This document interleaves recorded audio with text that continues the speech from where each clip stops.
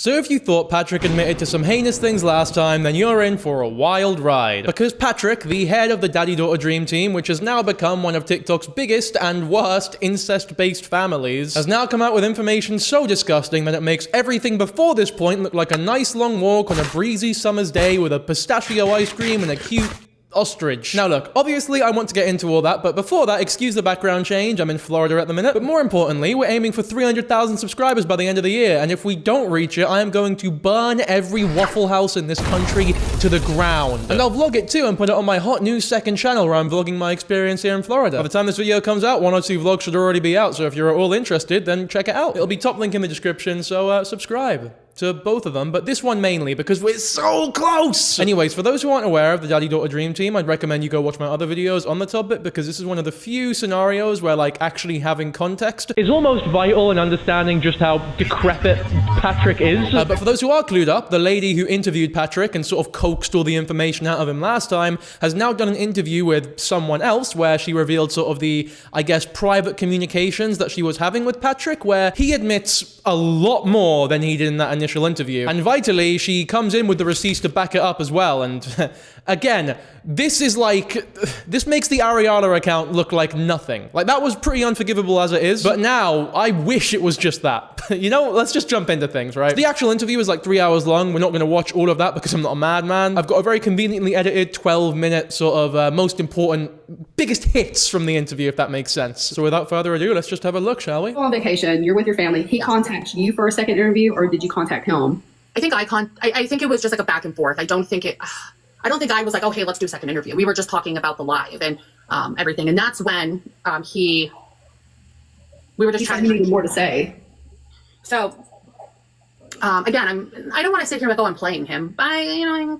You're just getting information out of somebody. I mean, I did what I had to do. She is playing him. I don't think there's anything necessarily wrong with her playing him because he deserves to be fucking played. Like, I don't think what he's doing is something that he deserves to be getting away with, if that makes sense. Like, we should be knowing about this shit. It should be public knowledge how disgusting the guy is. Like, we sit here and we make jokes because he is, like, laughably pathetic, but at the very core of this issue, it's not funny at all. Like, the guy, this is genuinely terrifying what is going on here. So I don't think there's any shame in this lady here admitting that, you know, she is playing him. Getting a job as like a good interviewer, you know, if you're interviewing someone very controversial, they don't really want to talk about like the things that people know they want to hear from them. So a lot of interviewers will like start off with really minor things like, oh, what basketball team do you support? What do you think of the weather today? And then sort of lead into questions like, so what about the allegations between you and that 6-year-old boy? So if you lead with that, if you start with that, they're going to shut down completely and fuck off, but not give you any good answers, right? But if you sort of lead with some nice calming questions, interrogation style, wear them down a little bit, and then go into the more pressing stuff, they'll be more likely to go like, oh, you know, me and that 6-year-old, we're good friends, but yeah, I guess maybe it was a little inappropriate. Oh shit, I didn't mean to say that. Fuck! You know, because you've lowered their defenses, if that makes sense. And I think she actually did that quite skillfully, getting Patrick to admit literally everything. And we get a lot more here as well, so. Unironically, big ups to this lady. She's done a very good job, in my opinion. I honestly do feel as though it's a pretty good habit that a lot of interviewers pick up, and I'm a fan of good habits.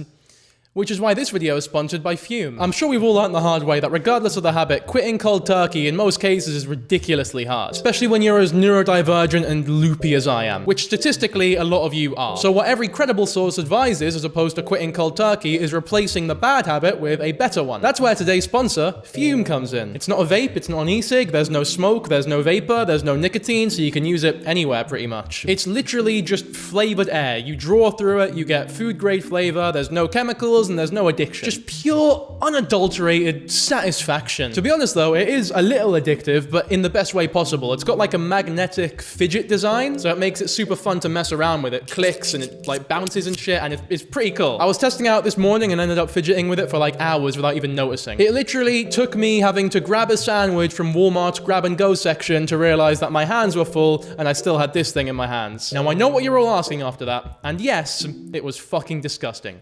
The sandwich, not the fume. This was mint. Speaking of mint, my personal go-to flavor is crisp mint. It's clean, it's refreshing, and mint has always had the added perk of keeping me sharp like a cold shower. But they've got tons of options. They've got like citrusy options, earthy, cinnamony, mango's another standout for me. So there really is something for everyone, no matter what your tastes are. My favorite thing about it by far is just the pure convenience though. Like there's no batteries, there's no charging, you just pick it up and you use it whenever you feel like it. It all just flavors your mouth, it doesn't go anywhere near your lungs, it's as easy as... And that's it really, you just get a good flavor out of it. It feels good in your hand, it looks sleek, and it actually gives you something to replace the urge instead of just pretending that it's not there. Don't take my word for it though, over 700,000 people have already made the switch to Fume to build better habits. And now's a great time to try it yourself, because if you order a pack using my code DANKIJABO, you'll get a free Fume topper, which is this wicked wee accessory that super levels up the experience. Just click the link in the description or scan the QR code on screen to grab yours today. Alright. Back to the video. Talking to him, whatever, about the live, about everything, about the backlash, about what was coming from him admitting this. And so he writes, and I can show that this, I don't know if you can see, this comes from Unpacked. So when I went live earlier, I did say it was Instagram where he admitted it. No, I got that confused. It was actually on his Patrick Unscripted. Just a heads up, these screenshots have been released. I'll show them all on screen now. I'm not going to leave them on screen for too long. The point of them isn't really for you to read them. It's just to show you that they exist. So when this lady reads them out and we sort of sit here and react to those messages, we're not like, there's no, I guess... haziness as to whether or not the messages are real just because we're not seeing them and only hearing them. Like, yes, she is reading them out and she has picked out what messages to release, but we know these are real. Like, this isn't fake. She doesn't go over all of these screenshots in this interview here, but we will go over the ones that she misses out because it's very interesting. As you can see here. And then we ended up moving over to Instagram because as I'm reading this, you'll see why. Because the characters were too long. He couldn't write everything to me on TikTok. Okay, do you want to go into what the discussion was between the two of you? Yeah, I'll tell you right here exactly. Okay. He goes, so I asked him, did you write the Miss Ariella Librotica account? He goes, so yes, I wrote that story. That is the only story like that I have ever written. It was complete fiction and it was hard for me to even write, but I was being stupid trying to get traction for the whole AI account.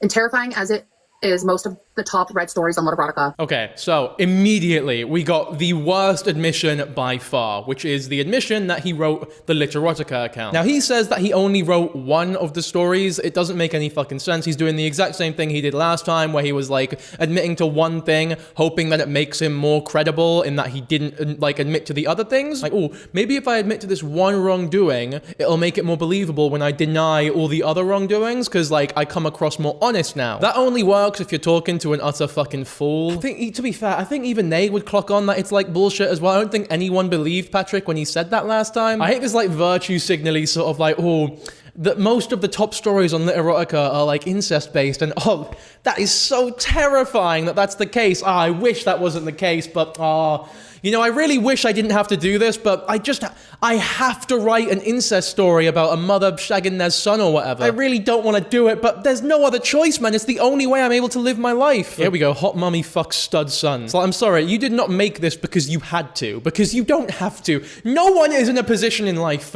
where they have to write stories like Daddy and Mimi go to a hotel. And a sequel, no less, as well. You did it because you enjoy doing it. Like, there's no other explanation for it. It was hard for me to even write it. Just go fuck yourself, man. You're lying. You're a fucking Weasley little liar.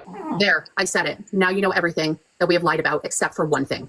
Sarah never moved out completely. Why is he talking like some anime villain? At like the end where he's like explaining all of his plans. He's got the superhero like tied down, ready to be killed, but instead of just killing him, he explains all of his plans first, and then the guy gets saved at the last second, right? This is what's happening here. He's like, now you know everything, except one thing. It's like, bro, you're not in a fucking anime. Just talk. But yeah, just another admission as well that Sarah never moved out completely. That is one that I was genuinely a little bit hazy on when I made my video sort of detailing Sarah's move. I didn't know whether or not she actually had moved out. I think all of my belief that she had moved out was more from a place of like wanting to believe that she had moved out because I really do not want her in the same vicinity as her dad. I think she's genuinely unsafe around him, and that's not even like exaggeratory to say. We got a 2-bedroom apartment at the extended stay, and the second bedroom has a second kitchen and a door, so it is kind of the same but not really.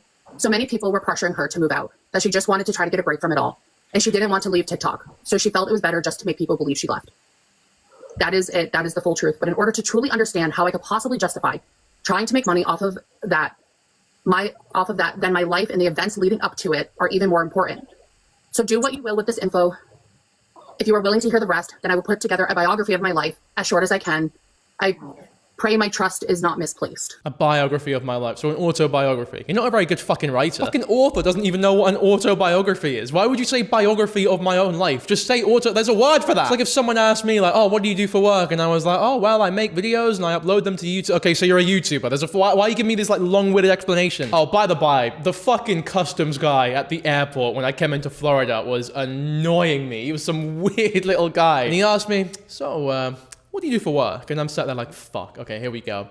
I'm a YouTuber. And he's like, okay, all right. What does that mean exactly? Like, what kind of videos do you make? And I'm sat there like, oh no, is he gonna like check my channel out and see the shit I've said and like fucking deny me or so? Are all these comments that warned me about customs going to come true? Obviously, he doesn't whip his phone out and type Dan Kijabo in or whatever, but I had to explain that I make commentary videos and shit, and he goes, how much money does that make? And I sort of gave him a look. I was like, for real? And he was very offended at that. He was like, sir, I'm asking you a question. And I went like, oh, it makes, it makes more than enough to live off of. And he goes, no, sir, I need the exact amount per month.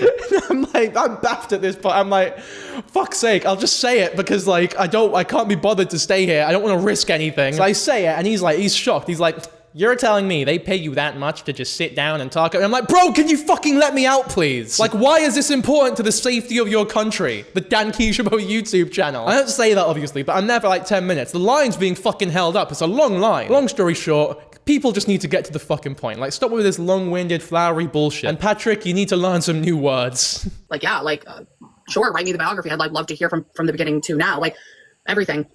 And then I did say to him, I did say to him, would you do a second interview? Letting people know this information. He goes, I will be thinking about it. I am nervous as hell because I'm doing this to, so this is where people are like, oh, how did you get to do this? Like, you must have paid him. You must have done this. And he says right here, I am nervous as hell because I'm doing this to free myself. And all I can see is what people are going to think. I'm starting to believe, however, that God is using you to bring this to light. And so I have to trust him above all else. I said, absolutely, amen. Absolutely, amen. Yeah, so that's more of this lassie trying to coax information out of him. And again, I think it's good. Like, I think it's good that she didn't go, well, fuck you, you piece of shit. You're writing all this incest porn. It's disgusting. You shouldn't be fucking doing that. What she's doing is the correct thing to do, in my opinion. It's like all interrogation. You want to, like, make them believe that you're their friend, if that makes sense. And Patrick is so fucking thick that it's actually going to work on him. Because it's not like this lady's like a professional journalist or whatever. She's a TikToker. Not to demean her or anything. I don't mean to be disrespectful there. Like, she has done a good job here. But I feel like, you know what, just to show you how disgusting this is, for if you forgot already, I think he admitted that he wrote one of the stories on the Literotica fan account. We know that's all bullshit. He wrote them all, right? It's all the Babe for Dad account, right? So how the fuck could he have only written one of them? Who wrote the others? His wife. So I'm going to give you a quick scroll through of these stories, just so that you know what Patrick Getchell has been writing on the internet anonymously, whilst, by the way, his whole account is known for him being too close with his daughter and potentially being an incest family. Like any video with him, his wife, and Sarah, the wife looks like the third wheel. They'd rather her not be there. So just have a look at these titles. I'm not going to actually read the stories, right? Maybe I will a little bit just to show you like the true extent of what this is. But anyway, these titles, my hot mummy fucks stud son, and then you got part 2 as well. Daddy leaves for a business trip. Mummy and son carry on. And the son's name is Bobby as well. You can look at the sort of genres over here as well. Every single one is taboo/incest. I've not seen this one before. Mimi loves her daddy and her mummy. Again, man, he's so bad at English. Why is this first her capitalized with the H and then the second one isn't? That's the biggest problem with this Literotica account. Okay, I'm gonna read a little bit of this one and just I want you to picture Patrick's fucking face and like him behind his counter writing this shit with Sarah and his wife in the house with him. Daddy, can we stay home and play? You really should go to school, Mimi. I don't want you to fall behind in your last semester of high school. Daddy, I'm way ahead of the other kids. I should give them at least a day to catch up. Bill laughed. She had a point. So clever and so adorable. Hard to resist. Okay, Daddy, come get in bed with me. And then you can see here, Bill didn't have to be asked again. He chucked his clothes and slid into the bed next to his warm. I'm not reading that fucking last couple of words there. Love feeling all your skin on. Again, okay, I can't read these. I'm just gonna show. I'll just show you this sort of page here. Naz, put this on the screen, man. I'm not reading it. You can read it on your own volition. I'm not reading this, right? Naz, it is imperative that you do not cut back to my face. Leave this on screen for everyone to read. For people who are just listening to the audio, that's probably for the best, actually. Like, trust me, you are not missing out on anything mind-blowing here. At least in the positive sense. It is pretty fucking mind-blowing in all the worst ways. Now, it would be one thing if, like, this was a completely unknown family who, in all other aspects of their family life, act completely normally. It would still be disgusting and terrible terrible and worrying, but it would be one thing.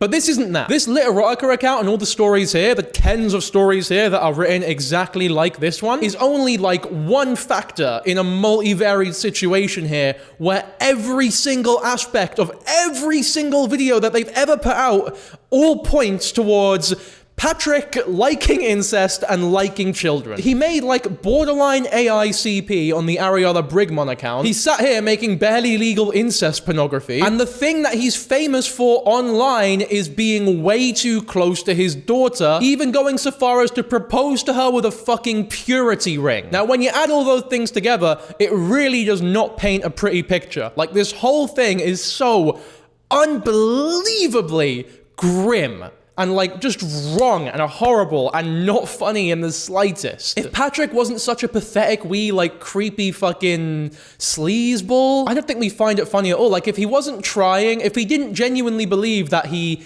had us all fooled, there wouldn't be anything to laugh at. But because he thinks he's like this evil fucking mastermind, there's humor to be found in it because he's just such a specimen. I'm only saying that because I don't want you to take me, you know, laughing or busting joke at a certain point in this like series here about the Daddy Daughter Dream Team as insensitive or downplaying how serious it is. I'm fully aware of just how decrepit this whole thing is. It's just that this isn't really a true crime channel. Like, I like to make jokes to sort of add levity to the whole thing, if that makes sense. Obviously, I'm not doing so as much here because, I mean, that should speak for itself, really. If we work together and with his guidance, I'm sure we can find a way to close the door on this in a way that will show the truth without completely destroying me or my family. I said, I agree with you. He goes, I know you are not completely on my side, and I'm not delusional enough to believe we are friends. He is delusional because he's saying, I know you are not completely on my side, which implies that he thinks she is somewhat on his side. Patrick, you're a naive little fool, but that is a good thing here because you're actually like, it is because of that you're telling us all this information. Like, he probably thought that she wouldn't leak all of this. You fucking idiot. Not only did she leak all of it, but I completely back her decision to do so. As much as I'm usually not a fan of leaking private messages, nah, I don't give a fuck here. Like, you don't deserve any sympathy. Because I made it very clear to him, we're not friends. Yeah. Like, we are not friends. We will never be friends at all.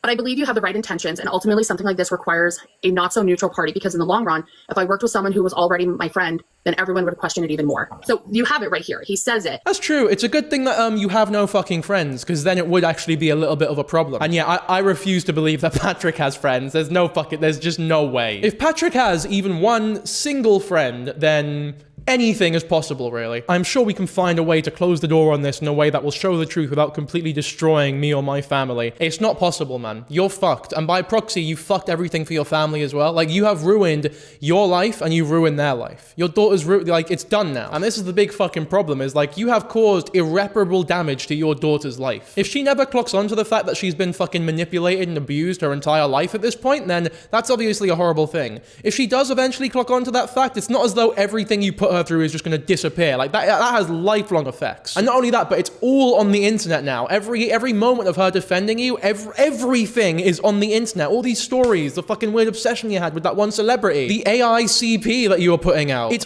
all online. It's all going to be there forever. Videos like this one are always going to exist as well. Like, I have no idea why Patrick is still in this sort of mindset that he can fix things, or it's not all gone to shit by now. It's like, it's over, man. There's no way to win over the public at this point. I'm not his friend, and I think that's why he said at the very end, if we were friends, people would question the legality of everything. Apparently, when he moved to Texas, he was living with a pastor and his wife, and when Sarah went to the hospital for the CPS case, like, I guess they kicked him out. I mean, this story goes so deep, the moving around as much as they did to escape, the CPS and everything. They were homeless. He talked about that they were homeless, that they had no food, that, he was so fixated on social media that they were living in campsites. I asked him about Babes for Dad. He said that wasn't him. I asked him about Suspicious Quail. He says it wasn't him. He never played that game. So focused on social media that you were living on campsites and shit. Just get a fucking job, mate. Like, get a job. I mean, like, the fact that this is technically your job, once again, disgusts me. I think only focusing on social media or your hobby or, like, YouTube or something is a bad idea generally. Like, it should be, like, a side thing that you are doing, like, as a side hustle next to, like, the main thing that you're doing for money that maybe you don't enjoy as much. But especially if you're going all in on something like that, obviously the danger is that most of the time it doesn't work, but, like, especially when the all-in is pretending to, not even pretending, worst case scenario, but I can't even fucking say it, man. I hate describing what he's actually doing because it goes against every bone in my body. I'm sure you know what I'm getting at here. Certainly played that game. Yeah. That person said, without a doubt, they know for a fact that he played that game. Yeah. And when that person heard the YouTube video, said with not even like she couldn't like within seconds was like, oh, that's Patrick. So you can confidently say 100% Sarah knew what the account, the Literotica account was written, and it was written by him. So every time she would come on here and say, you pansies, what is wrong with you people? She was sticking up for him. He said that she knew about all the other Aurelia stuff, the Instagram account. Well, so hold on. I'm trying to remember exactly because I don't want to say something that's not true. I don't think she knew about, well, this is what he said. She didn't know about the fan view and she didn't know about the Literotica. She knew about the other stuff.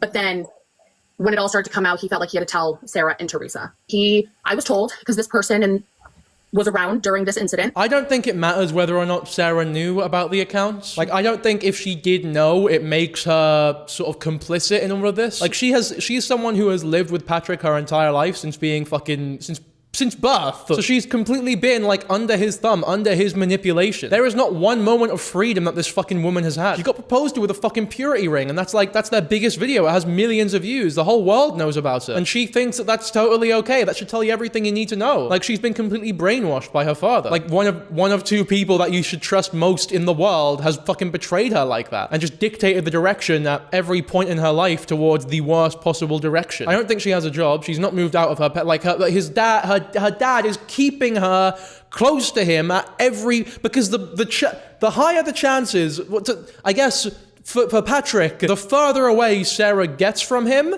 the quicker she will figure out how fucked up everything that he's been doing is. And he can't have that, because if he does that, his money girl's gone. Like, she is the fucking core of the daddy-daughter dream team. She is the daughter. If she's gone, everything sort of goes to shit. So even if Sarah did know about it and is sticking up for her dad or whatever, she genuinely believes that's the right thing to do because it's all she's known. So I find it very difficult to actually like place blame on her. That Teresa rushed Sarah to the emergency room. She was wearing a robe with no underwear on, and that prompted a CPS case. Do you know about how old she was? 12 maybe? 12, wow, okay. She was young, middle school, I believe. But the hospital that this took place at, like, burnt down. They ended up moving. There's a lot of chit chat around, church, different, in their community of people. But when I asked Patrick, I said, listen, this is what I know. Like, what's up with this? He goes, yes, it's true. The CPS case is real. He said that she had lice and all of a sudden had excruciating pain in her stomach and got rushed to the hospital. But then I found at that same time, there was a Facebook post about how Sarah was rushed to the hospital for getting a toy thrown at her head by Hunter. So there's 3 different stories being told about the same incident of being brought to the hospital. I don't know if you're familiar with... I mean, it's no surprise here that he's a fucking liar. Like, of course there are going to be separate stories. He makes them up on the spot every time. That's why lies are usually a bad fucking idea, because you got to memorize them all, and it's impossible to remember every lie you've ever told, and you'll trip up eventually. There's always someone somewhere with a big nose who knows, and will trip you up and laughs when you fall. So don't lie. If you must write prose or poems, and the words you choose should be your own. Don't plagiarize ever. Fucking horrid thing to do. Speaking of which, those stories are like the only thing I've seen Patrick write that don't look like AI. Like, I'm not even lying to you. Everything else that he's done, the AI, like Brigmon stuff, all the music and shit, it's all just AI. But that Literotica stuff is like the one fucking thing that actually looks like it was written by a human. I mean, once again, it just goes to show like how much it's sort of proof that he was enjoying it. He didn't just stick a prompt in and fucking copy paste it. He reveled in writing that shit. He enjoyed it. Like, he took pleasure in writing it. He did it for the joy of it, the thrill of it. If it was just for money, he wouldn't have given a fuck. He would have AI'd it like everything else he did. Abuse happened to them, but they usually do complain of stomach issues, stomach problems, nervous stomach, IBS, pain in their lower intestines, pain in their like groin area that they can't. I believe she wasn't. Does everybody hear what she's saying right now? CPS has been around. I have called. I know that there's other people that have called. They cannot do anything because Sarah is a adult. They won't do anything for Hunter. And I listen to what I'm telling you guys. And I'm being 100% honest with you right now, okay? They cannot do anything with Hunter. This is what I have been told by multiple different people that I've spoken to, because he has food, he has shelter, and he has clothes. And as long as he has his own bed to sleep in, there's nothing that they can do about it. I believe Sarah hasn't left because of Hunter, because Sarah has been contacted by people that she's known her whole life telling Yeah, unfortunately, there just isn't much CPS can actually do because there is no undeniable evidence of the incest actually taking place or, like, you know, Patrick's abuse actually taking place.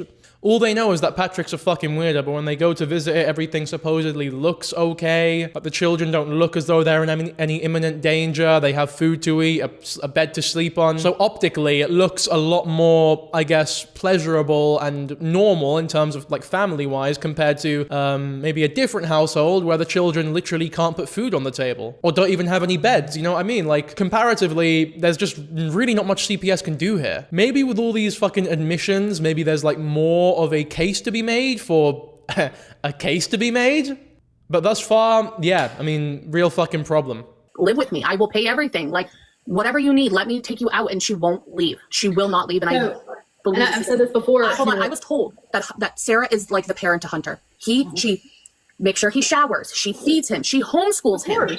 She does everything for him. Goes back to the whole ring situation. He gave Sarah a ring, and didn't give one to Teresa because, in my opinion, I feel like he's embarrassed of Teresa. I'm about that. I think so as well. Like, whenever he makes videos with Teresa, he had like a wee series that I did in my first video on the Daddy Daughter Dream Team where he gave like love and relationship advice. Yeah, imagine that, by the way. With Teresa next to him, and like he would begrudgingly put his arm around her. And the advice, I'm not even fucking joking to you. He goes like, hey, so if you want your wife to feel loved, then you should tell her that, like, you love her and shit. All right, that's enough for this episode of wife advice. I'll catch you on the next one. And that was it. I was like, wow.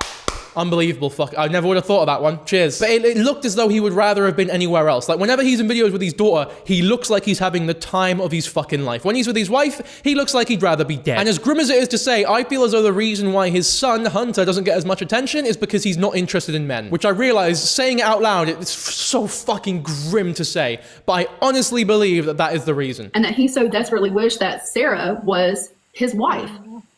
Maybe he got so defensive. Teresa. Yeah. You know, the fact that he got so defensive, and when I said, why don't you buy a ring for her? And he like won't do it. Oh, I'm being pressured, or this feels controlling, or whatever he said. I can't remember the exact words, but it was like, that's your wife, man. Like, you don't want to buy her a ring? I think she's a burden. I think she was just a vessel to give him a child. I'm being honest. Why is she wearing dirty shirts? Why does she not have proper, toenail care? Why is she walking around dirty and Sarah has decent clothes? Like, that's in the front seat of the car. It's front seat of the car. It's a generational family thing. Do you know anything about that personally? Did he express that to you, or have you spoken to anybody about that? He expressed and was honest that he was the victim when he was a child. He was.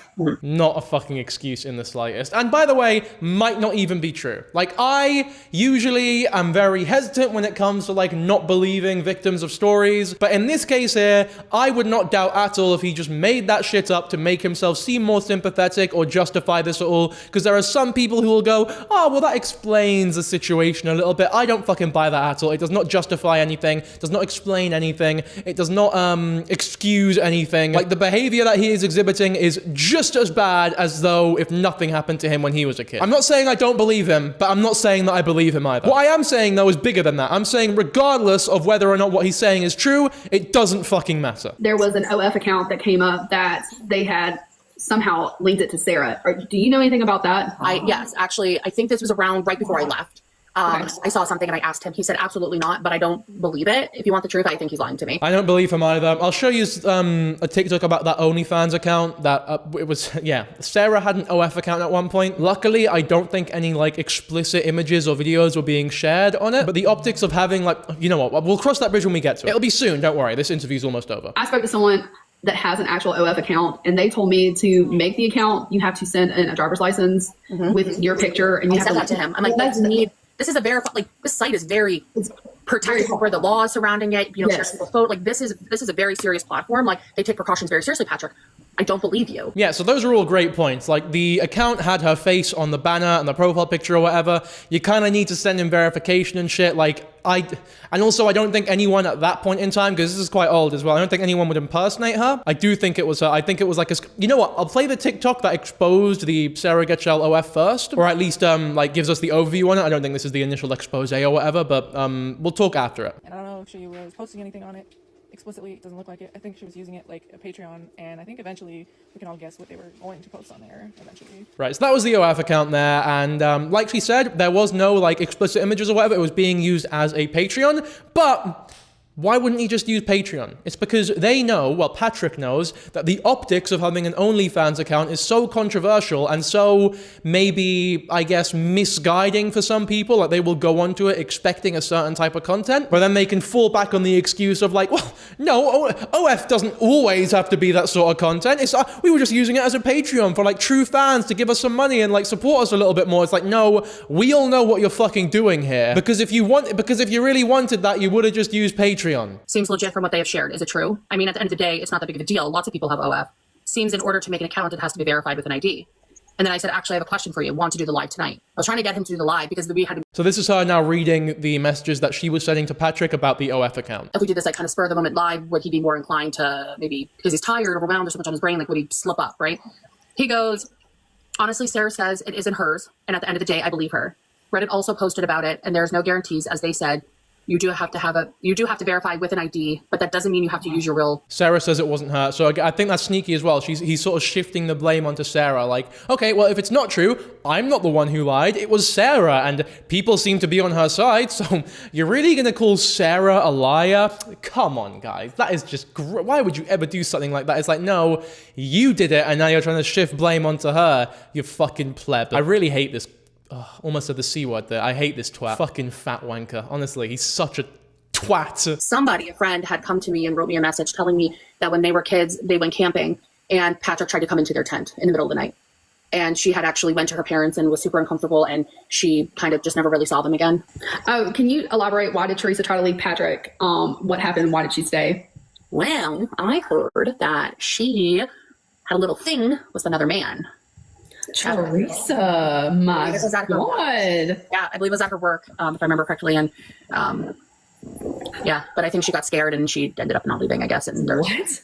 Yeah, that's what I heard. And he found out? Yeah.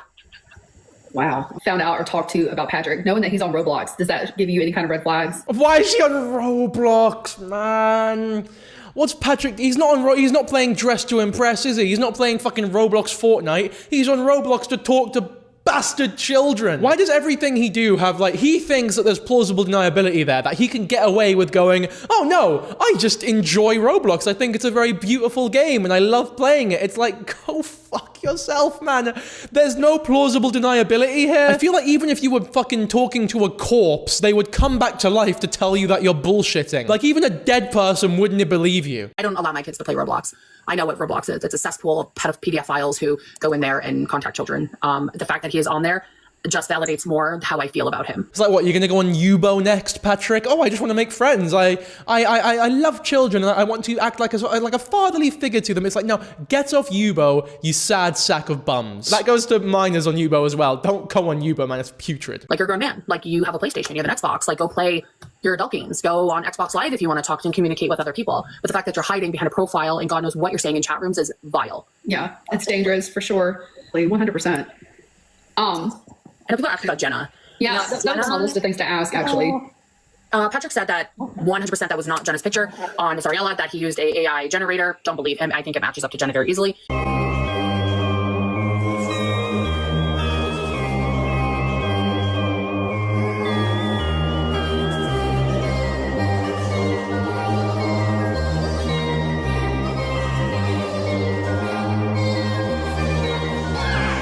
So I really don't know if it is Jenna. Like, it does look like her a lot then. You know what? I'm fucking done giving him the benefit of the doubt. It probably was Jenna. It probably was Jenna because he's saying that it wasn't. I'm living by the sword. You know, you live by the sword, you die by the sword. I think that it is best to not take him for his word on anything. If he says something, believe the opposite. It's not Jenna, according to him, so it probably fucking is. Like, he was so obsessed with her, it just makes sense. Going to all the fucking meetups, calling her incessantly, like acting as though they were best friends or whatever when she's just a fucking, like, detached celebrity woman who played a Power Ranger, I think. Though actually on that phone call that he was planning on going to therapy.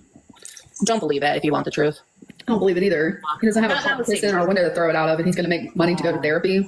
Yeah, there's no way in hell he's started therapy. I didn't believe him for 1 second. The person who told me that saw a corn video. What kind of corn video? A video of someone who saw a porn video, a PNS. Wait, what? Fucking therapy. So that's like classic YouTuber apology 101. Hey guys, I've been going to therapy to fix my issues. Now, I'm really sorry for what I've done. I understand that my actions were unforgivable, and I don't expect to be forgiven. I'm simply here to apologize. I do want to let you all know that after my cancellation, I attended therapy. I believe that I've improved so much as a person since then. This isn't even that, though. This is like if a YouTuber went, hey guys, I know what I did was disgusting and unforgivable. And I've not done therapy yet because, like, I really don't give a shit, but I'm sure I will at some point. In fact, you guys need to give me my career back, because if I'm starting to make money again, then I can go to therapy and be a better person and stop talking to children weirdly. So if I keep doing decrepit, disgusting shit, it's your guys' fault for not supporting me like good people. Somebody was abused, and one of the things that they were forced to do was to watch certain videos. And when they were younger, and as they became an adult, being on TikTok, they come across Patrick's page and they noticed that video that I was forced to watch. So someone has put them in with these people and said that they remember watching a video and it was them. Literally, she was so defensive. She's like, I'm never moving out. I am never moving out. And then a week later, you moved out. This is somebody like in your personal life you're talking to that you're never moving out, but a week later, now you moved out. You're a liar. He's like a whore for TikTok. He just wants all the attention and money. But he had sent me some screenshots of some email addresses saying that somehow to prove that it wasn't him on Blood Erotica, it was like in his email, like, oh, this account is trying to log in. This account is trying to log in. But I'm like, well, wouldn't that prove then that like you had those accounts if like you're getting these emails? Yeah, that wasn't exactly the highest level maneuver on Patrick's part, was it? Like, oh look, I just got an email saying that someone was trying to log into my account, so that means it was, oh, shit. I was hacked. Okay, I'd like to go over some of the other screenshots that were released that weren't covered in that interview right there. The truth is the truth no matter what. I have never done anything to harm or groom my family. I have never even thought about it. I am just a father trying to give my family the best life I can. Did I go too far and make a horrible mistake one time? Yes. One time. Fucking horrible. Like, a horrible mistake one time is like getting really drunk and cheating on your wife. That right there is a horrible mistake. That should end the relationship. It doesn't mean that redemption is impossible. Like, you can still go on to live a fruitful life afterwards and grow as a person, but it is a horrible mistake. It's a fucking disgusting thing to do to someone, actually, the more I think about it. Like, girlfriend of a year or so is one thing, but fucking wife, like, fuck me, that is a horrible thing to do. But once again, I don't think it is like an unforgivable thing that you should be like greatly punished for. Look, all this to say that like as fucking awful as cheating on your wife really drunk one night is, this makes that look like giving your wife a muffin. This is not a one-time horrible mistake. You've been doing it for the entirety of Sarah's life, and probably a little bit before then as well. Oh, I made a minor lapse in judgment for the last 30 years of my life. Just a one-time mistake. It only happens once every millennia. Just a 30-year stint of mistakes every now and then. No big deal. I have always been nice to everyone unless they aren't nice to me. I have had friends and most people I meet like me, at least to my face. I have no idea why anyone would be telling things that aren't true. He's such a mug, isn't he? Like, he's just, you know what? When I read his messages, I actually imagine it in his voice as well. You told people Hunter hit Sarah in the head, but that doesn't match with what you said. It seems like now the story is very different from whatever the actual truth is, Patrick. Even using his first name as well. That is brave right there. That's like some high-level interrogatory shit. I never told anyone that Hunter hit Sarah in the head. I swear to God, if I could find out who is actually telling these lies, I would be suing for defamation. God, this is so freaking maddening. Oh, he's even whipping out freaking at this point. Next thing you know, he's gonna start raising his fists and throwing hands, the madman. It's not a lie. You literally commented on the post. If it wasn't true, you would never have wrote on it. You're fucking lying to me. I can see the post! And you can see right there, Patrick indeed did comment on it. Sarah's gonna be fine. Just a mild concussion is all. Something along those lines. The arrow sort of covers it a little bit. Unfortunately, we do not see the messages directly after it, if there are messages directly after it. So we don't know how Patrick reacted to it, if, again, he did react to it. It would be interesting, though, to see what he said. Can I be honest? I feel like he wrote more stories, and as I said many times, that is not illegal. I don't feel like someone overnight could write something like that without experience. I have never written anything like that. I have written in past some sexy stuff, but never published anywhere and always deleted or for my wife. He's writing erotica for his fucking wife, man. You're not writing sexy stuff, man. You're just not. Like, no one's reading that and going like, ooh, fucking, let me enjoy my Friday night with this shit. You know, cup of wine, couple of grapes, and the Patrick Getchell porn account. Also, I have experience in creative writing. What is this? This is like, oh, great. This is, oh my God. Experience in creative writing. He took one class in year 3, and now he thinks he's a fucking author. Yeah, you're up there with James Joyce, mate. I think Patrick Gatchell might have actually ghostwritten Ulysses at this point. I mean, when you see his, like, masterful writing, he's a genius, really. Sarah and I wrote an entire book. It was AI, man. It was literally AI. The only thing that you've done that isn't AI is the literotica stuff. True, that wasn't anything like this, but I still have a creative mind. I gave in to the temptation one time with no thoughts of reality, purely fiction to cater to a niche crowd that I thought might subscribe to a fan view. There really is nothing more to it. This guy thinks that he's like a pained, sort of traumatized artist, and that sort of makes his art incredible or whatever. Like, I feel like he genuinely believes at this point that he's like this really creative and like fucking ethereal being that just makes like amazing art that people really enjoy, but unfortunately, he's also a tortured soul behind it all. Gave in to temptation, by the way. So that is like almost you admitting that you're into this shit. Because why were you tempted to write a story about that? I will admit that choosing that specific topic was probably the stupidest decision of my life. With all the rumors about Sarah and I should never have even considered it. I literally dug my own grave and buried myself with that one stupid choice. If I had written just a normal erotic story, then all this would be a non-issue. Now, I wouldn't it. You wouldn't have. It wouldn't have. You couldn't write any erotic stories, especially about that. But like any erotic story would have been fucking really weird. But I had to try to boost popularity by writing something that would be read by a lot of people, and the top read stories on erotica are from that category. So as they say, the rest is history. Fucking mug. Like, I honestly don't even know what to say at this point. I've got no words to talk about how awful he is. Sure, you guys will help me in the comments. You guys are usually great at fucking laying into this bloke, but me myself, I've genuinely run out of words. I do not have the vocabulary to describe him. I could use a little bit more of his like creative writing skills. Maybe I could do a better job then. I'm reading the comments here. A lot of people are actually not fans of the interviewer. Are these only screenshots shared? Like, there's a lot missing. And then someone responds with, of course not. Why would she? She wants to stretch this out for attention for as long as she can. She intentionally gives us breadcrumbs to stretch out her 5 minutes of fame and monetize this terrible situation for all she can. She's seeking the attention and the validation of getting P to confess. She just wants the clout and TikTok cash. She did not give a single fuck about P, about Sarah, especially after she told her victim to hug her abuser. But see, right there, telling the like Sarah to hug the fucking dad or whatever, that is something that could be genuinely like I guess put on or noted, I suppose, as a genuine horrible mistake. Like, that's not a long time sort of meticulous sort of horrible pattern of behavior. That is a one-time mistake, in my opinion. I think she said that because she was genuinely trying to make Patrick believe that she was on his side or whatever, and without thinking sort of, you know, said something and recommended something horrible to happen. I'm sure if you asked her now, she would regret that shit. Like, she wouldn't have, like, if you asked her now, she wouldn't go, oh yeah, I'm really happy I did that, actually. I'm willing to sort of forgive her on that part for everything else that she has got out of Patrick. And honestly, I'm pretty quick to call out both sides for being fucking horrible in one way or another in situations like these, but I actually really do genuinely believe that she's done a good job here. Like, yeah, she's making content out of it, but she's a TikToker. That's sort of her job. That's what she does. It's not as though the content that she's making impedes on the investigation, for lack of a better word, that she's doing. Don't get me wrong. I totally understand if you do have a problem with the way that she's going about it. I don't think it's perfect by any means, but she's not a professional journalist. She's just a TikToker who happened to get in communication with him and is doing a pretty good job. Like, it could have been a lot worse. Like, on the scale of all the possibilities of TikTokers that could have been interviewing Patrick, I think we got pretty lucky with the one who ended up doing so. With all that being said, I think that's pretty much it for this video. So, I mean, honestly, I feel like this Daddy-Daughter-Dream-Team saga is closing right now, because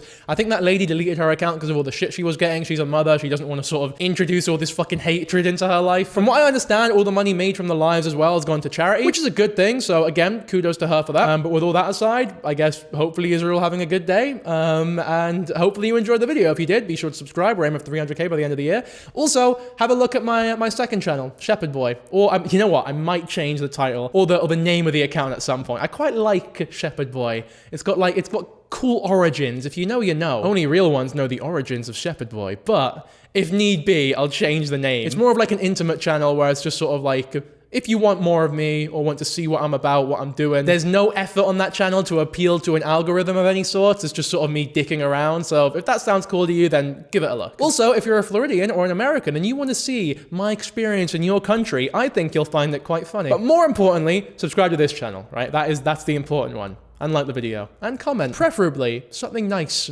about my hair.